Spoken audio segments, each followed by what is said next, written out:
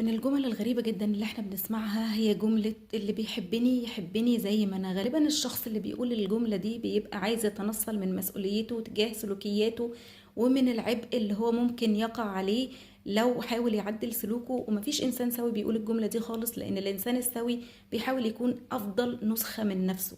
وللأسف مفيش انسان هيحبك زي ما انت، حتى لو ده حصل لفترة من الوقت بيكون هو منتظر ان انت تاخد بالك، ان هو مقدرك، ان هو بيتغاضى عن سلوكيات معينة. ولو انت ما عدلتش سلوكياتك بعد فترة بيبدأ يزهق وحبه بيقل وبيبدأ يبعد عنك. ده ببساطة شديدة جدا، لان الحب طاقة لازم تتشحن علشان تفضل موجودة وعلشان يفضل يدي بنفس القدر. هتتشحن ازاي وهو الطرف واحد من الاطراف بيدي بقدر كبير جدا وبيبذل مجهود كبير علشان يتحمل اللي قدامه بكل عيوبه؟ والحب هنا مش مقصود بيه بس الحب بين الرجل والمرأة، في انواع كتير من انواع الحب واشكال كتير للحب، زي الحب بين الاباء والابناء، الحب بين الاصدقاء، الحب بين الاخوات، الحب بين التلاميذ ومعلمهم والعكس.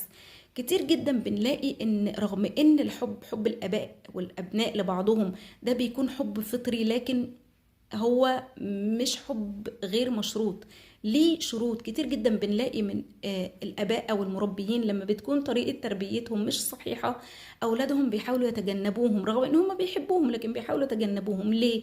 لأن هم لقوش منهم شكل الحب اللي يرضيهم.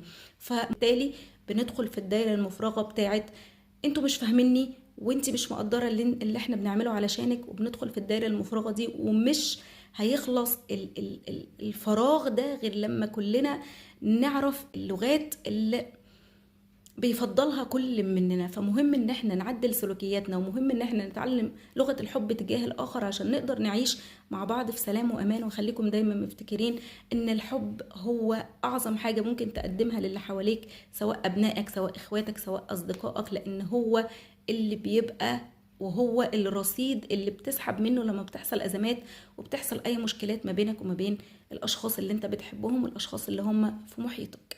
وبس كده.